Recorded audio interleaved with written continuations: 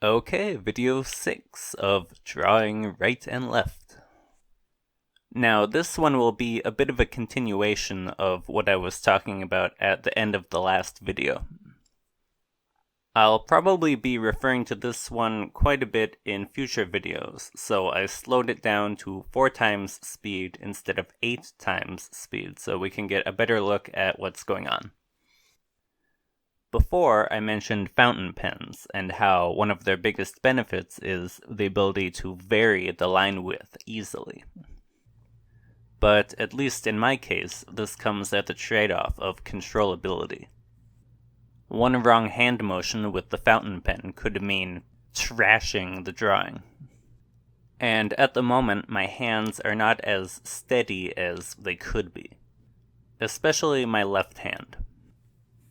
And as you can see in the video, drawing thicker lines with a ballpoint pen does take extra time.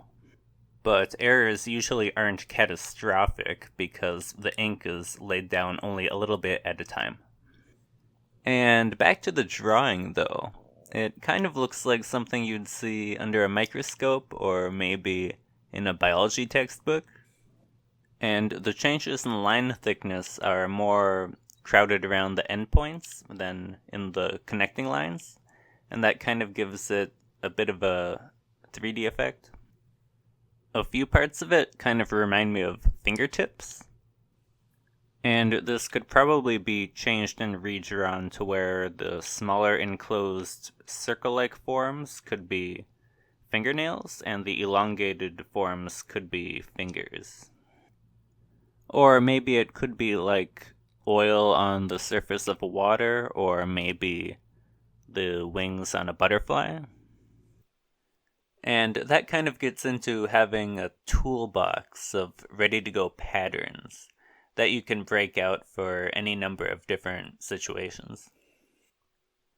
That's one reason why I like partial drawings and even just scribbles sometimes, because they can end up giving ideas on what to do for other drawings.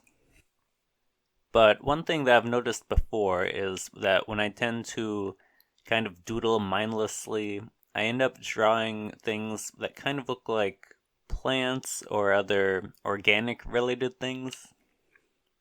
And most of the time that's not really what I'm looking for. Two of the main subject matters that I've been trying to pay more attention to are fabric and clothing, and proper anatomy, both animal and human.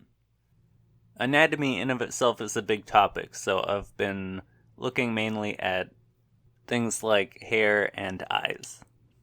I'm not a huge fan of orderly geometric forms, so things like backgrounds or building architecture I haven't really dabbled in that much. But I do have a picture book of different landscapes and buildings that I might use for a reference in a future video. But that's about it for now for video 6 of drawing right and left.